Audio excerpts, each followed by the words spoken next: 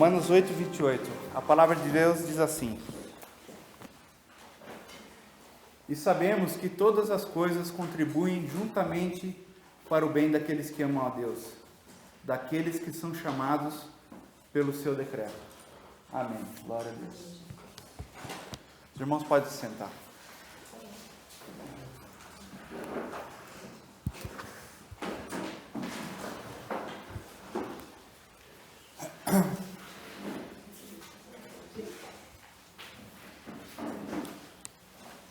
Irmãos, esse versículo aqui, ele muitas vezes falou comigo, sabe? Muitas vezes, de maneiras profundas, Eu sempre fiquei intrigado com esse versículo. Fala assim: todas as coisas cooperam para o bem daqueles que amam a Deus, os que são chamados segundo o seu decreto. E eu ficava intrigado com isso. Falava, como pode todas as coisas cooperarem para o bem? Nós sabemos que, ao ler a palavra, nós vemos a história de vários personagens bíblicos: Paulo, Tiago, Pedro, João, do Antigo Testamento também, Jonas, enfim, os profetas, vários profetas, Moisés. Todos eles tiveram uma vida difícil. Todos eles passaram por provações, por situações de extrema necessidade, e às vezes até fome, foram açoitados, foram perseguidos. E nós vemos muitas pessoas usarem esses versículos, tudo posso naquele que me fortalece. Esse próprio versículo que acabamos de ler aqui, no sentido físico, no sentido de que as pessoas, elas, ao entregarem sua vida para Deus, então elas vêm a um culto, a uma igreja, e elas fazem as suas ofertas, pagam os seus dízimos, e elas recebem em contrapartida de Deus algo material, elas são abençoadas por Deus, a vida delas vai bem no campo emocional, no campo financeiro, ou seja, nada acontece de ruim com essas pessoas. Nada mais longe da verdade que isso, irmãos. Nada mais longe. Quando o apóstolo está escrevendo isso aqui, ele está dizendo: todas as coisas cooperam para o bem daqueles que amam a Deus, os que são chamados segundo o seu decreto. Ou seja, Deus tem um decreto, Deus tem um plano, e dentro desse plano, até Ele estabelecer o plano completamente, até que tudo se cumpra, todas as coisas vão contribuir e colaborar para esse plano dele, para esse bem que Deus instituiu. Deus instituiu um bem maior para que nós, e nos chamou por sua misericórdia, por sua graça. Ele nos incluiu nesse plano maravilhoso. Que plano é esse, irmãos? Que plano maravilhoso é esse que Deus nos chama e nos incluiu nesse plano? Irmãos, Deus, ao criar a terra, ao criar os céus, desde o princípio, e esse princípio eu estou falando na eternidade, desde lá da eternidade, Deus tinha um plano, já tinha um plano, Ele sempre teve esse plano. Deus, Ele sabe de todas as coisas desde sempre, desde a eternidade. E o que Deus tinha no seu coração, no seu plano eterno, Ele criou uma terra, criou os céus, depois Ele criou animais, Ele criou a água, Ele criou as aves do céu, e por último Ele criou o homem no sexto dia. Ele fala assim, façamos o homem a nossa imagem, conforme a nossa semelhança. Então Deus cria um ser pela primeira vez na história, o último ser da sua criação. Deus faz a sua obra-prima. Ele cria um ser humano, que é então a sua imagem e a sua semelhança. E Ele, igualmente, Ele toma do homem, aqui do lado dele, a sua costela, e do homem Ele faz a mulher. Também imagem e semelhança de Deus. Homem e mulher Ele o fez. E qual que era o plano de Deus para esse homem e para essa mulher? Ele queria um ser que fosse como Ele é. Não é errado quando eu falo isso. Nós nunca seremos deuses. Nós nunca seremos divinizados, não é isso. Mas homens e mulheres que são imagem e semelhança do seu Filho amado. Do seu Filho amado, que reflita o seu caráter, que tenha dentro de si a sua vida santa, a sua vida eterna. Ele criou o homem com o propósito de viver eternamente. Mas para que ele fez isso? Por que ele queria um ser assim? Ele já tinha os anjos que o adoravam, né? Ele já tinha os serafins, os querubins, já tinha os animais que louvam. A palavra diz que todo ser que respira louve ao Senhor, adora ao Senhor. Então o pássaro, quando está cantando, está louvando ao Senhor. O peixe, quando nada, está louvando ao Senhor. E assim por diante, cada animal faz o seu papel. De uma certa maneira estão louvando ao Senhor. O sol, quando brilha, está louvando ao Senhor. A lua, quando reflete a luz do sol, está louvando ao Senhor. Toda a criação reflete a glória de Deus. Então, para que Deus ainda precisava ir além e criar o ser humano com a sua imagem e a sua semelhança? Porque Ele queria coabitar com esse ser. Ele queria, então, viver com esse ser. Quando nós lemos lá em Gênesis, no capítulo 2 e no capítulo 3, nós vemos claramente ali que todos os dias, ao final da tarde, o Senhor então descia ao paraíso e caminhava, isso antes do pecado. Isso antes do pecado. Nós vemos ali passos no paraíso,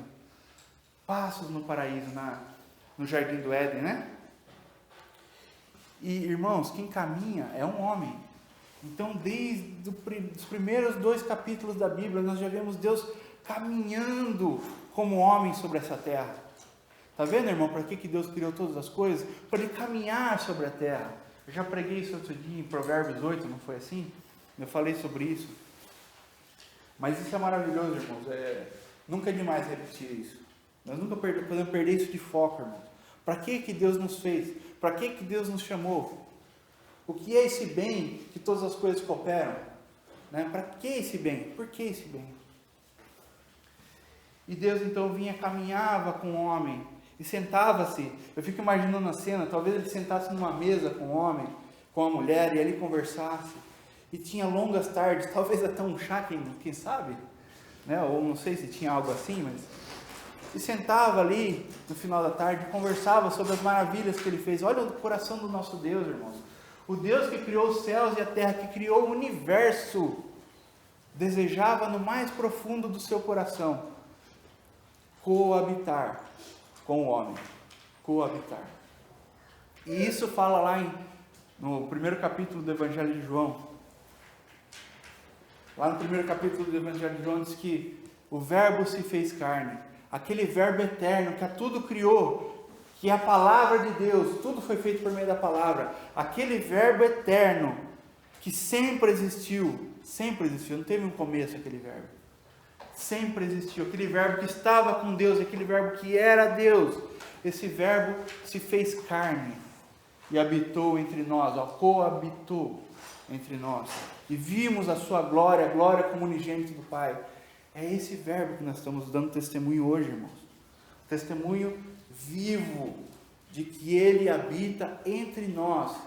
Jesus falou assim, quando Jesus estava para ir ao Pai, Ele falou assim: eu vou para o Pai. É melhor que eu vá. Porque se eu não for, eu não enviarei outro Consolador, mas eu vou, e vou enviar o outro Consolador. E esse outro Consolador, que é Ele mesmo, é o Espírito Santo de Deus, Ele não só habitará convosco, mas Ele estará dentro de vós, Ele habitará em vós. Ele descia e tomava um chá da tarde, vamos dizer assim, com Adão, né? E depois o próprio Deus desceu e morou com os homens nessa terra. Mas isso não bastava para Ele. Ele ainda queria ir além. Ele queria habitar dentro de nós. Dentro de nós, irmãos. Qualquer experiência que nós possamos ter de fé, diferente disso, irmãos, não é nada. Não é nada.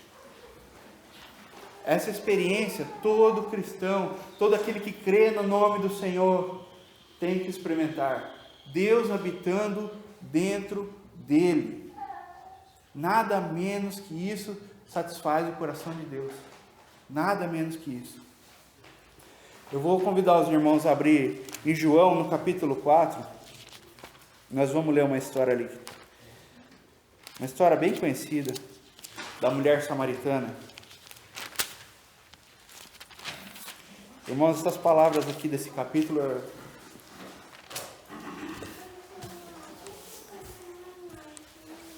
eu acredito que eu não passo uma semana sem ler essas palavras aqui, eu acho tão maravilhosa. Dificilmente eu passo uma semana sem ler ela. Essa passagem aqui.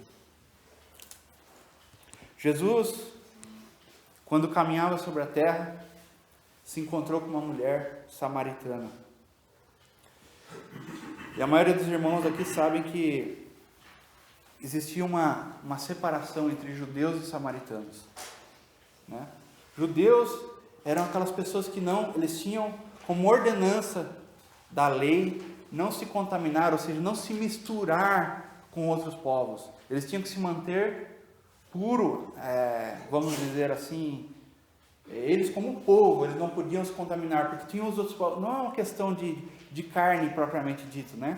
Não é uma questão de simplesmente você misturar raças, não tem nada a ver com isso.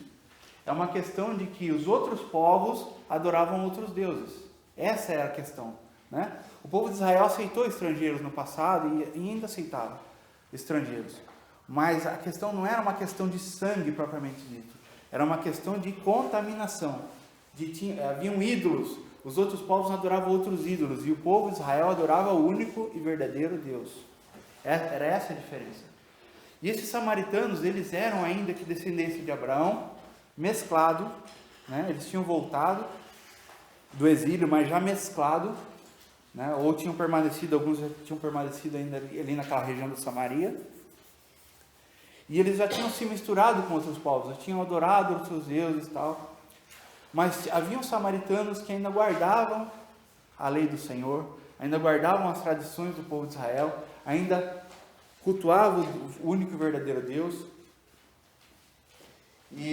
Mas os judeus não aceitavam muito bem os samaritanos. Havia uma certa divisão, uma certa, vamos dizer assim, uma certa rixa. Os samaritanos, eles não podiam adorar plenamente a Deus. Quando eles iam para Jerusalém para adorar, existia uma separação. Olha, aqui ficam os samaritanos, até aqui pode os samaritanos, daqui não. Daqui para frente só os judeus podem entrar aqui no templo. Essa parte aqui é dos judeus e essa parte aqui é dos samaritanos. Então existia essa diferença. E por conta dessa diferença, os samaritanos também não gostavam dos judeus. E Jesus, todo o contexto aqui é importante, irmãos. Eu não vou me ater muito, senão nós vamos ficar muito tempo aqui. Todo o contexto dessa história é muito importante. Mas a Bíblia vai nos contar aqui que Jesus, ele muda a sua rota, né? Ele decide passar pelo caminho o caminho de Samaria. Vamos ler aqui, no verso 1 aqui, capítulo 4, verso 1. E quando o Senhor veio a saber que os fariseus tinham ouvido que Jesus fazia e batizava mais discípulos do que João, ainda que Jesus mesmo não batizava, mas os seus discípulos, e deixou a Judéia e foi para outra vez para a Galiléia. E era-lhe necessário passar por Samaria. Está vendo? Foi, pois, a uma cidade de Samaria, chamada Sicar, junto da herdade que Jacó tinha dado ao seu filho José. E estava ali a fonte de Jacó. Jesus, pois, cansado do caminho, assentou-se assim junto da fonte. Era isso quase a hora sexta. Veio uma mulher de Samaria, olha só, irmãos, tirar água. Disse-lhe Jesus: dá-me de beber. Então a mulher foi até o poço tirar água e Jesus pediu para ela: dá-me de beber. Irmãos, nós estamos falando de uma região desértica, uma região árida, né? Muito quente. E Jesus chegou com sede lá naquele lugar e pediu, viu que a mulher estava tirando água e falou assim: dá-me de beber. No verso 8: porque os seus discípulos tinham ido à cidade comprar comida. Olha só, irmãos, Jesus foi sozinho. Disse-lhe, pois, a mulher samaritana: como sendo tu judeu, me pedes de beber a mim, que sou mulher samaritana? Porque os judeus não se comunicavam com os samaritanos. Jesus respondeu e disse-lhe: Se tu conheceres o dom de Deus, e quem é que te diz, dá-me de beber, e tu lhe pedirás, e ele te daria água viva. Está vendo, irmãos? Olha só, eu vou frisar aqui uma parte aqui, ó. Se tu conheceres o dom de Deus. O que é dom, irmãos? Dom. Se você olhar no dicionário, você vai ver que dom, a palavra dom, quer dizer presente. Algo que você recebeu de graça. A pessoa veio e te entregou um presente, ela te deu um dom. Tá certo? E Jesus está falando, olha, se você conhecesse o dom de Deus, se você conhecesse o presente de Deus, se você, em outras palavras, se você estivesse enxergando com os olhos espirituais, se você estivesse vendo quem está aqui diante de você, você que me pediria água, você que me pediria água, e eu te daria água viva, água viva. Está vendo, irmãos? Jesus estava pedindo água física para ela, mas ele falou, olha mulher, se você olhasse para mim, se você soubesse quem está diante de você, que eu sou o presente de Deus, eu sou o dom de Deus. Ele é o presente de Deus, irmãos. Porque Deus amou o mundo de tal maneira que deu o seu Filho unigênito, para que todo aquele que nele crê não pereça, mas tenha a vida eterna. Aleluia! Glórias a Deus, aleluia, Senhor. Esse é o grande presente de Deus, o dom de Deus. Deus deu seu Filho. Irmãos, muito mais que uma lista de regras, de uma lista de ordenanças, Deus nos deu o seu próprio Filho. Os irmãos compreendem isso, irmãos? Glória a Deus. No verso 11 diz assim, disse-lhe a mulher, Senhor, tu não tens com que tirar, e o poço é fundo. Onde, pois, tens a água viva?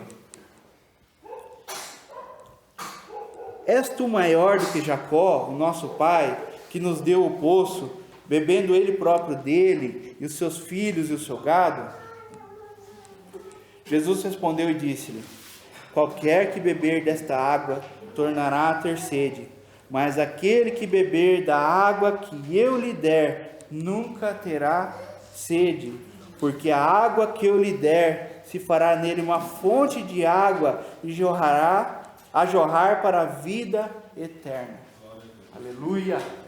Essa água é viva, ela jorra, ela não é uma água morta, é uma água viva, ela pula para fora, ela salta para fora.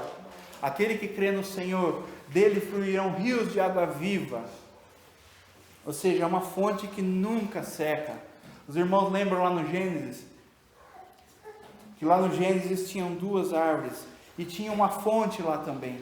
Fala que tinha uma fonte, que essa fonte alimentava 4 rios. Não é assim? Essa fonte, irmãos, é o que Jesus está falando aqui. É a fonte da água viva. Estava disponível ao homem. Não existia nenhum impedimento ao homem. Era só ele ir lá e beber. A árvore da vida, tinha o fruto da árvore da vida. Era só o homem ir lá e comer. Tinha algum impedimento? Deus não impediu o homem, ele falou, vai lá e coma, vai lá e beba, se alimente, tem outras árvores, só não coma de uma árvore, o conhecimento do bem e do mal. Só tinha uma árvore que o homem não poderia comer. Certa vez um irmão me perguntou assim, falou, irmão, se Deus não queria que o homem comesse daquela árvore, do conhecimento do bem e do mal, por que Deus deixou lá? Não parece estranho? Se Deus não quer que não coma, né? Se você não quer que o bandido entre na tua casa, você coloca uma cerca elétrica em volta, né? Assim, você não protege para que ninguém vá lá e pegue algo que não deve pegar? Por que Deus não colocou uma volta de anjos ali cercando aquela árvore e falou, homem, aqui não, que você não está autorizado não? Por que ele não fez isso? Deus sabia que o homem ia comer? Sabia que o homem ia comer. O grande problema, irmãos, era um caminho, eu já falei isso para os irmãos, eu gostaria de repetir. O homem escolheu um caminho à parte de Deus. Ele escolheu um caminho que ele pudesse trilhar com as próprias pernas, à parte de Deus. Vocês estão compreendendo isso? Deus Ele criou a terra, criou o homem para coabitar com ele, para ensinar o homem no caminho que ele deve andar. O nosso conhecimento do bem e do mal tem que ser resultado do fruto da árvore da vida. Nós temos que comer, se alimentar da vida, e aquela vida sim produz-nos o conhecimento do bem e nos impede de tocarmos no mal. Os irmãos compreendem? Mas o homem escolheu fazer isso. Ele falou: eu vou decidir se eu vou tocar no bem ou no mal por mim mesmo. Eu quero trilhar esse caminho. Eu quero escolher. O homem então resolve por um caminho que não era o caminho do Senhor. E por isso o homem caiu, irmãos. Por isso o homem caiu. Eu vou continuar lendo aqui o texto. Nós paramos aqui no 15, né? Disse-lhe a mulher, verso 15, disse-lhe a mulher: Senhor, dá-me dessa água para que não tenha mais sede e não venha aqui tirá-la. Disse-lhe Jesus: vai, chama teu marido e vem cá. Vai lá, chama teu marido e vem cá. Irmãos, não era próprio uma mulher ficar conversando num lugar isolado com um homem. Assim, não era próprio. Os irmãos compreendem que Jesus poderia ser acusado pelos seus inimigos. Fala assim: olha, ele estava lá dando em cima da mulher. E talvez se a mulher não gostasse dele por ele ser judeu e ela samaritana, falar: é verdade, ele veio aqui. Você já imaginou? Não era próprio. Tanto que o texto vai dizer que os seus discípulos ficaram sabendo que Jesus estava conversando com a mulher, mas não advertiram ele, mas acharam no mínimo estranho. Não era algo comum. Aí Jesus fala assim: mulher, vai lá e chama o teu marido, volta aqui, aí nós conversamos. Eu vou te falar de onde que vem a água da vida, água viva. A mulher, no 17 diz assim: a mulher respondeu e disse: não tenho marido. Disse-lhe Jesus: disseste bem, não tenho marido, porque tiveste 5 maridos, e agora o que tens não é o teu marido. Isso disseste com verdade. Disse-lhe a mulher: Senhor, vejo que és profeta. Nossos pais adoraram nesse monte, e vós dizeis que é em Jerusalém o lugar onde se adora, se deve adorar. No 21 diz assim: disse-lhe Jesus: mulher, crê-me que é a hora, que é a hora, vem, e que nem neste monte e nem em Jerusalém adorareis o Pai. Eles tinham um monte, irmãos. Lá na Samaria tinha um monte, onde era considerado pelos samaritanos, né? A história do Antigo Testamento toda é em torno de montes, né? Tem o Monte Sinai, tem o Monte Hebron, né? E Samaria, eles tinham um monte também, um lugar alto. Você está vendo, irmão? O povo sempre tinha aquela ideia de que eles tinham que subir um monte para encontrar Deus. Quanto mais alto, mais eu me aproximo de Deus. Está vendo? É sempre aquela necessidade humana de se esforçar. Eu vou me esforçar o máximo que eu puder para me chegar mais próximo de Deus. Quem sabe se eu chegar bem pertinho dele, ele não me agarra, né? Como fez que não, vem cá. Estou satisfeito com a sua subida, então agora você é meu, né? Quem sabe assim. Mas, e Samaria tinha um local assim, tinha um monte lá. Eu não sei exatamente que monte era esse, mas tinha um monte. E como os judeus não podiam muito ir naquele monte do templo, eles iam naquele monte. E daí foi que a mulher disse: vós adorais o que não sabeis. 22, né? Vós adorais o que não sabeis. Nós adoramos o que sabemos, porque a salvação vem dos judeus. Irmãos, isso aqui também é muito importante essa passagem que Jesus ensina para ela. A salvação vem dos judeus. O que Jesus está dizendo isso? Está dizendo que a religião judaica, ela é plenamente correta, ela conduz a Deus, é isso que ele está falando? Não é isso que ele está falando. Ele está dizendo que todos os profetas, apontavam para um judeu, que é Jesus. Ele é o leão da tribo de Judá, um judeu. Está vendo? Então a salvação vem dos judeus.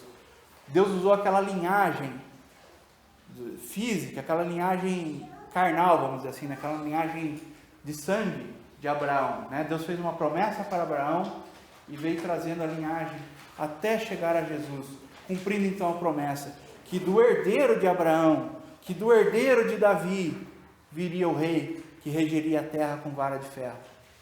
Vocês estão entendendo? Então é muito importante isso. Ele fala assim, é verdade, a salvação vem dos judeus.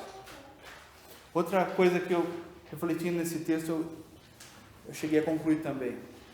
Muitos dizem por aí que Deus está em todos os lugares, que Deus é um pensamento positivo, que Deus fala de várias maneiras, né? Isso não é verdade, amigos. Isso não é verdade. Deus está sim em todos os lugares, porque Ele é Deus. Deus é onipresente. Mas Deus não faz as coisas de qualquer maneira, não age de qualquer maneira. Tudo o que Ele falou está aqui nessa palavra, nessa Bíblia sagrada.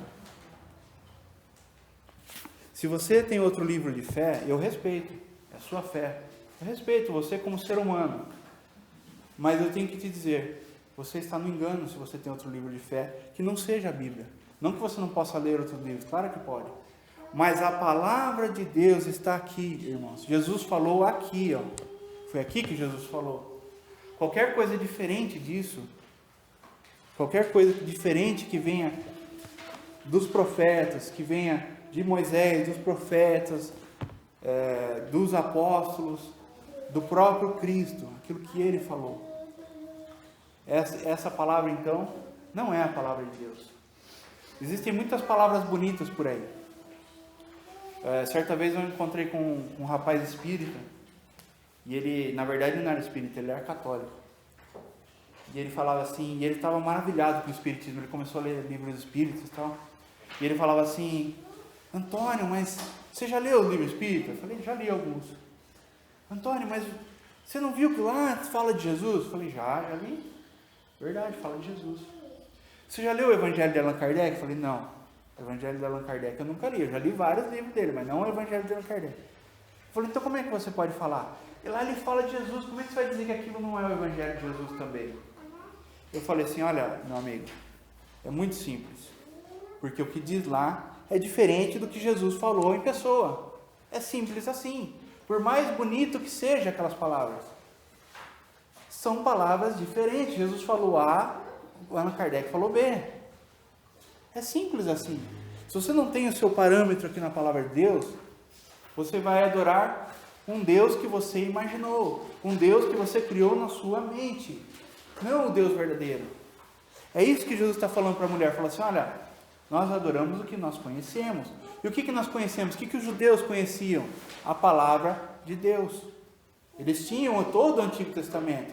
Então o Deus que eles adoravam, ainda que de uma maneira imperfeita, uma maneira na sombra, não na realidade, na sombra, mas era o Deus verdadeiro, ao qual o próprio Filho de Deus estava na terra. Por isso que Jesus falou para os judeus, falou assim, olha, vocês dizem que me adoram, que adoram a Deus, que adoram o Pai, mas vocês não o conhecem, porque se vocês o conhecessem, vocês me receberiam também, porque eu vim do Pai, o Pai está em mim e eu estou nele, eu e o Pai somos um. E eles queriam matar Jesus quando falavam isso.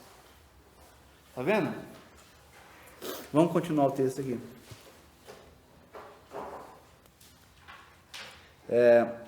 No 23, né?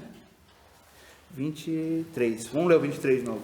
Mas a hora vem, e agora é, em que os verdadeiros adoradores adorarão o Pai em espírito e em verdade, porque o Pai procura tais que assim o adorem, em espírito e em verdade. Está vendo? Não é de qualquer maneira, irmãos, que nós adoramos a Deus, é em espírito e em verdade. Essa palavra verdade, o contrário dela não é mentira, o contrário dela é sombra. Tá? Se você pegar o antônimo dessa palavra no grego, não é mentira. Né? Se você pegar, qual que é o contrário de verdade? Aqui nessa palavra não é mentira. Então a tradução talvez mais correta fosse realidade, em espírito e em realidade. Na realidade, ou seja, nós temos que adorar a Deus de que maneira? Na realidade do espírito. Está vendo? Não é de qualquer forma. Lembra que nós falamos há pouco aqui que aquele espírito eterno que estava com o Pai, aquela palavra, aquele verbo, ele veio e se fez carne e habitou entre nós. E depois ele enviou o Consolador e o Consolador habitou dentro de nós. Essa é a realidade, irmãos. É nessa realidade que nós adoramos a Deus. Não é de qualquer forma. É esses verdadeiros adoradores que o Pai procura. Aqueles que têm relacionamento com Ele. Se relacionam com Ele. Ó, 24, olha só, confirmação do que nós estamos falando aqui, ó. Deus é Espírito, e importa que os que o adoram, o adorem em espírito e em verdade, ou em realidade. Ou seja, Deus é Espírito. Deus aceita adoração no ambiente dele, no ambiente espiritual. Não é de qualquer forma. 25, a mulher disse-lhe: eu sei que o Messias, que se chama Cristo, vem, e quando ele vier, nos anunciará tudo. Jesus disse-lhe: eu sou o que fala contigo. Olha, irmãos, ele se revelou. Ele falou: eu sou esse que fala contigo. Eu sou o Messias esperado, o Cristo aguardado. Sou eu esse que fala contigo. 27. E nisso vieram seus discípulos e maravilharam-se que estivesse falando com uma mulher. Todavia, nenhum lhe disse: que perguntas? Ou, por que falas com ela? Está vendo? O problema não é ele falar com uma mulher, irmãos. O problema é ele falar com uma mulher sozinha. Os irmãos compreendem isso, né? Deixou, pois, a mulher o seu cântaro e foi à cidade. E disse àqueles homens: vinde e vede um homem que me disse tudo quanto tenho feito. Porventura não é este o Cristo? Ou seja, ele falou da condição dela. Falou assim: ó, você teve 5 maridos. Agora esse que você tem não é seu marido. Tá vendo? Então falou da vida dela. Então, por isso ela creu, tá vendo? Então ela chegou lá na cidade e foi anunciar, foi lá na cidade, né? 30. E saíram, pois, da cidade e foram ter com ele. Glória a Deus. Irmãos,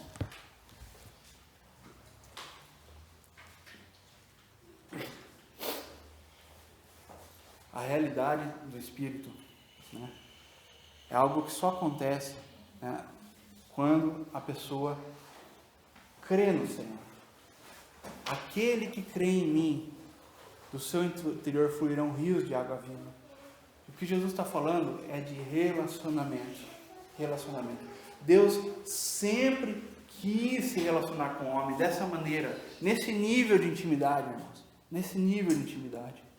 Deus sempre quis se relacionar com o homem. Mas para isso, Deus precisou enviar seu Filho, para que isso fosse pleno, irmãos. Para que isso fosse feito de realidade. Os irmãos compreendem? Deus é santo. Deus nunca pecou. Nem o seu Filho nunca pecou. Como ele pode se relacionar com um homem que o desobedece? Com um homem que olha só para si mesmo? Com um homem que está mais preocupado com as coisas da terra do que com as coisas do céu? Como um Deus santo desse pode se relacionar com um homem assim, dessa maneira? Os irmãos compreendem? Então Deus, como o homem não podia subir, o homem não tinha como subir, irmãos. Certo dia, os homens chegaram para Moisés, isso lá no Êxodo, né? Falaram assim: Moisés, dá-nos uma lei, nós queremos seguir uma lei. Dá ordenanças para nós. O que nós temos que fazer? Irmãos, desde o princípio Deus falou para Moisés assim, falou: Moisés, vai lá e tira o povo do Egito. Tira o povo do Egito. E você vai lá, Moisés, e diz para eles, e você diz assim, ó: eu farei deles uma nação de reis e sacerdotes. O que é um rei, irmão? Rei é aquele que tem autoridade, aquele que governa. Lembra que Deus criou a terra e falou assim: homem, governe sobre os animais, governe sobre a terra. Né? Não para governar sobre os seus irmãos, mas governe sobre a terra. Não é para você escravizar os seus irmãos. Deus nunca mandou escravizar ninguém, mas mandou governar a terra. Deus deu a terra para os homens. Então, disso fala um reino, rei. Farei de vocês reis e sacerdotes. E o sacerdote faz o quê? Ele é aquele que oficia diante de Deus, é o que fala diretamente com Deus. Sem intermediários, ele vai, ele mesmo, e leva as petições do povo. Ele vai e chega diante do próprio Deus. E ele é purificado para fazer isso, para chegar diante de Deus. Deus não queria uma tribo de levitas. Isso não está no plano original de Deus. Deus nem sequer queria Israel. uma nação separada para Deus, sabia? Deus fez isso para todos os homens no início, antes do pecado, era para todos os homens. Os homens é que se apartaram de Deus, não foi Deus que se apartou dos homens. Foram os homens que escolheram um caminho a partir de Deus. E daí o povo fala assim, o povo sabia disso, tinha ouvido isso. E Deus fala assim para Moisés, vai lá Moisés, eu me lembrei do pacto, do concerto que eu fiz com o meu servo Abraão lá no passado. Eu me lembrei daquela promessa que eu fiz a Abraão. Então eu vou tirar o povo da escravidão do Egito. E eu vou fazer deles uma grande nação. E eles são reis e sacerdotes.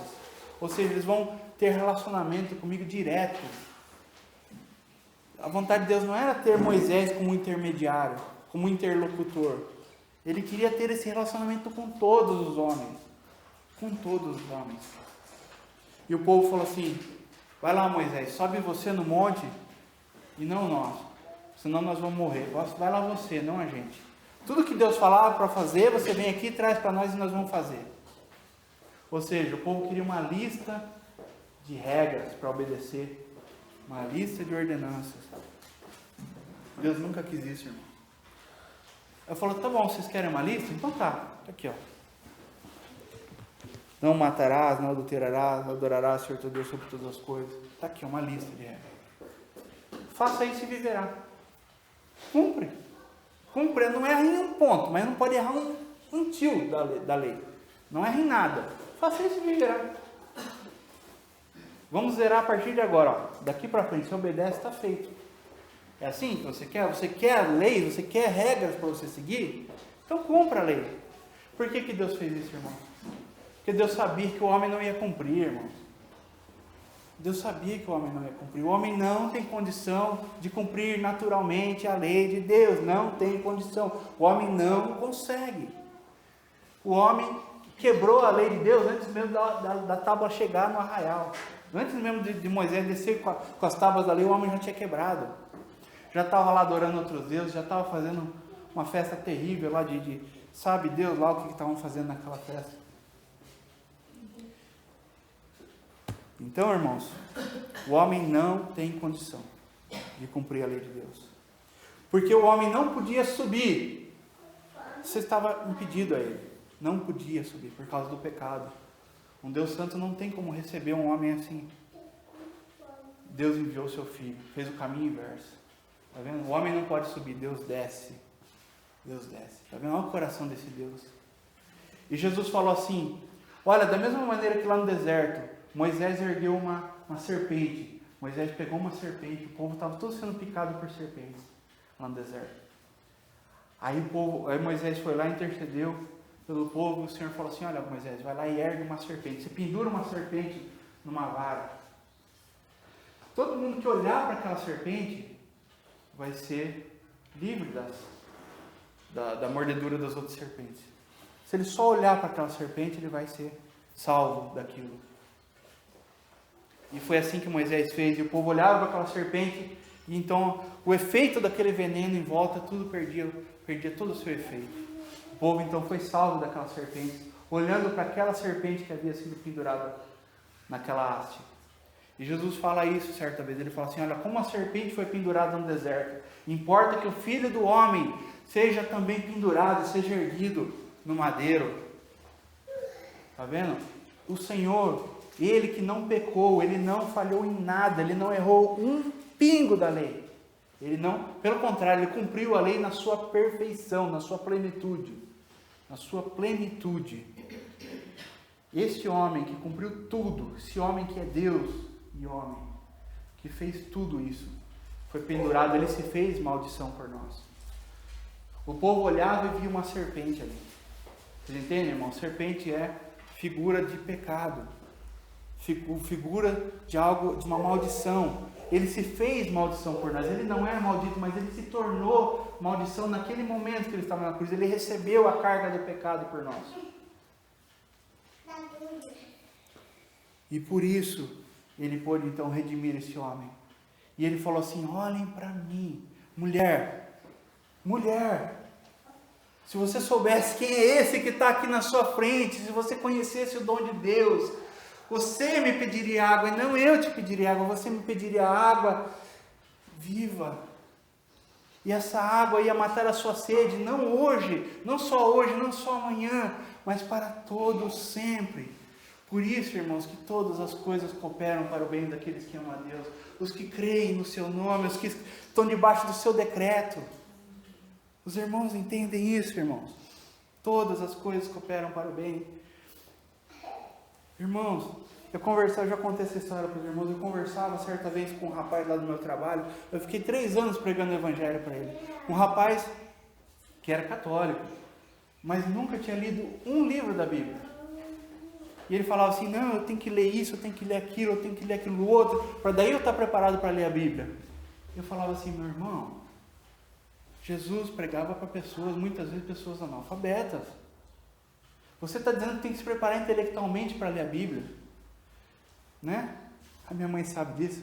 Minha bisavó, minha mãe está aqui para não deixar mentir, minha bisavó era analfabeta, não é isso, né? E ela conhecia a Bíblia? Muito.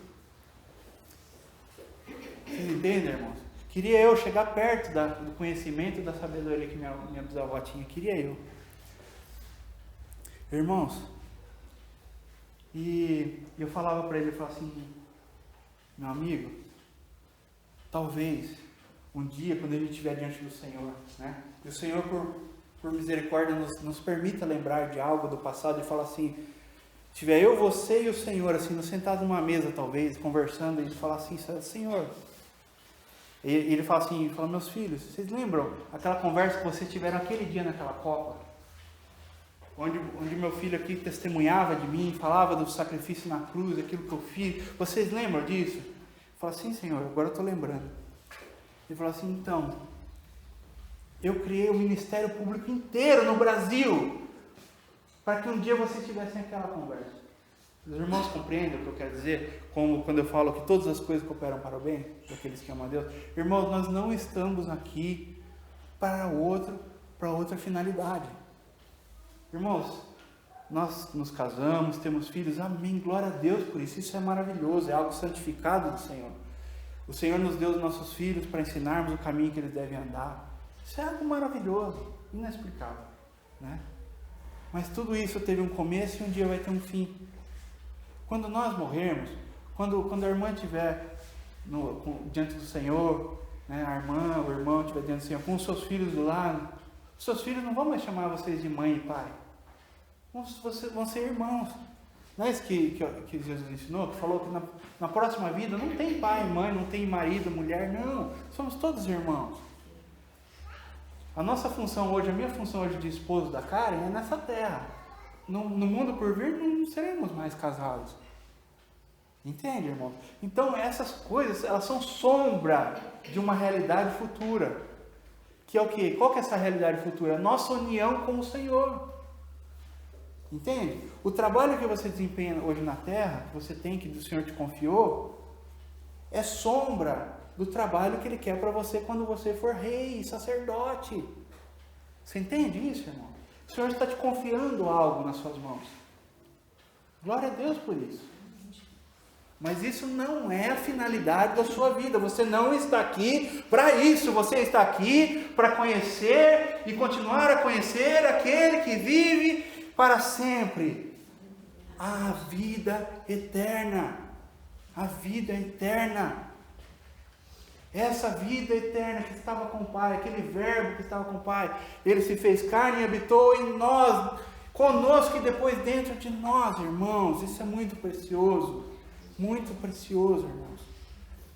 Irmão, que o Senhor nos salve disso, de todo domingo vir aqui e cantar 4 louvores e ouvir uma palavra e depois ir embora para a nossa casa, como se fosse algo mecânico, irmãos. Como se fosse algo, eu vou lá porque eu tenho que fazer isso. Irmãos, relacionamento com Deus não é isso, irmãos. Relacionamento com Deus é você estar o dia inteiro, mesmo você concentrado no seu trabalho. Você está com a mente em Cristo, você está lá recebendo da sua palavra, você está tendo relacionamento com Ele.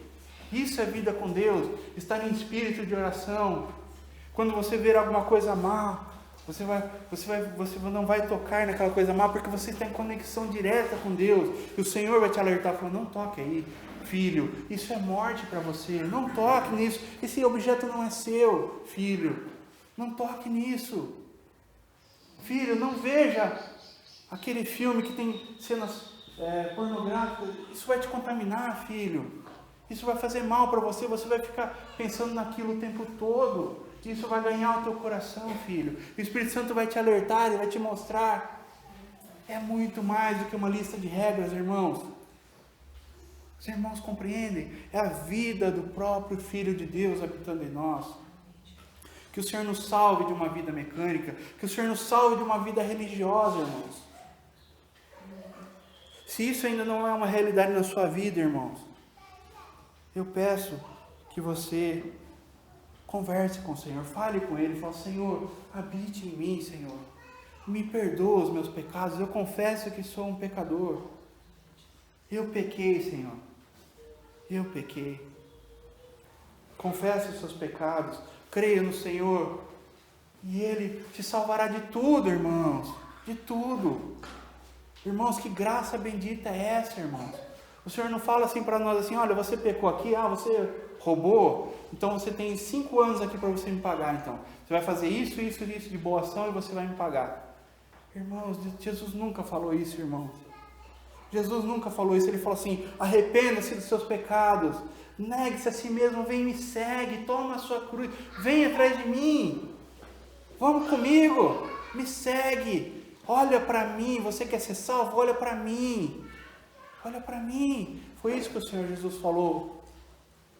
Irmãos, o dia que eu entendi isso, irmãos, essa verdade ganhou meu coração. A primeira palavra que eu preguei, eu já vou encerrar. A primeira palavra que eu preguei na Batista, há muitos anos atrás, no culto de jovens, foi assim: o machado está posto à raiz das árvores. Irmãos, eu não estou dizendo que é errado pregar, isso é certo pregar, isso é palavra de Deus. Não está errado, mas o meu coração naquele momento era, falou: olha, tá vendo? Cuidado, hein? Se você pecar, que Jesus voltar, tchup. Entende, irmãos? Você lembra que Jesus entrou numa cidade e aquela cidade não recebeu? Aí os seus discípulos, ali os filhos do trovão, falaram: Senhor, quer que nós oremos e caia fogo do céu para consumir todos? Vocês lembram disso? O Senhor falou assim: de que espírito vocês são? Vocês estão comigo, vocês não me conhecem? Vocês não sabem que o Filho de Deus, ele veio para salvar e não condenar? Ele veio para salvar e não condenar. Vocês não me conhecem, vocês estão andando comigo e não me conhecem. Irmãos, é essa palavra que nós temos que pregar: salvação, irmãos. Sim, Deus é justo, sim, haverá um juízo.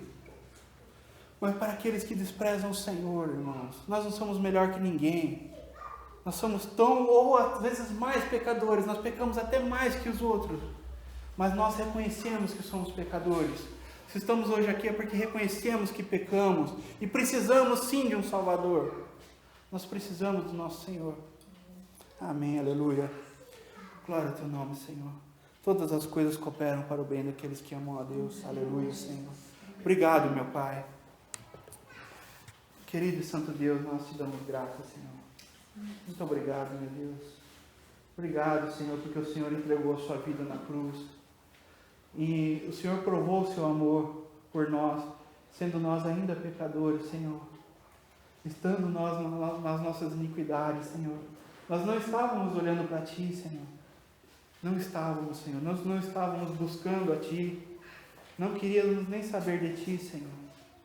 Nós estávamos olhando para nós mesmos, para as nossas necessidades, para os nossos prazeres, para as nossas futilidades, Senhor. E o Senhor, mesmo assim, o Senhor nos resgatou e nos incluiu naquela obra redentora da cruz do Calvário. Naquele dia o Senhor derramava o seu sangue e o Senhor olhava para cada um de nós. No futuro o Senhor já sabia aqueles que iriam crer, que iriam olhar para Ti e ser salvos.